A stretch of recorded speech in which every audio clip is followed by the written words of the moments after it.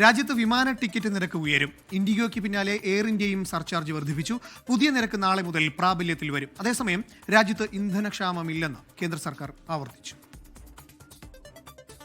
പശ്ചിമേഷ്യൻ സംഘർഷത്തെ തുടർന്ന് വിമാന ഇന്ധന വില ഉയർന്നതോടെയാണ് ഇന്ധന സർചാർജ് എയർ ഇന്ത്യ വർദ്ധിപ്പിച്ചത്. മുമ്പ് ദൂരവ്യത്യാസമില്ലാതെ എല്ലാ റൂട്ടുകൾക്കും 399 രൂപയായിരുന്നു സർചാർജ്. എന്നാൽ ഇനി മുതൽ യാത്ര ചെയ്യുന്ന ദൂരത്തിനനുസരിച്ച് നിരക്ക് മാറും. എയർ ഇന്ത്യ എക്സ്പ്രസ് ആഭ്യന്തര യാത്രകൾക്ക് 299 രൂപ മുതൽ 899 രൂപ വരെയാണ് ഈടാക്കുക. 500 കിലോമീറ്റർ വരെ 299 രൂപയും 2000 കിലോമീറ്റർ മുകളിൽ 899 രൂപയും യാത്രക്കാർ അധികമായി നൽകേണ്ടി വരും. രാജ്യാന്തര വിമാന സർവീസുകൾക്ക് $24 മുതൽ $280 വരെയാണ് ഈടാക്കുക. വരും ദിവസങ്ങളിൽ മറ്റ് വിമാന കമ്പനികളും സമാനമായ രീതിയിൽ നിരക്ക് വർദ്ധിപ്പിക്കുമെന്നാണ് സൂചന.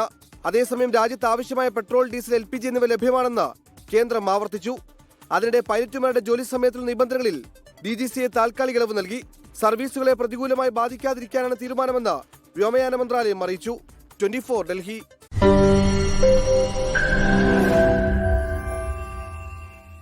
ലോകത്തെവിടെയായാലും ഏത് സമയത്തും 24 വാർത്തകളും ഓഗ്മെന്റഡ് റിയാലിറ്റി പാക്കേജുകളും എക്സ്പ്ലെയിനറുകളും വിശദമായി കാണാൻ ഞങ്ങളുടെ യൂട്യൂബ് ചാനൽ നിങ്ങൾക്ക് സബ്സ്ക്രൈബ് ചെയ്യാം.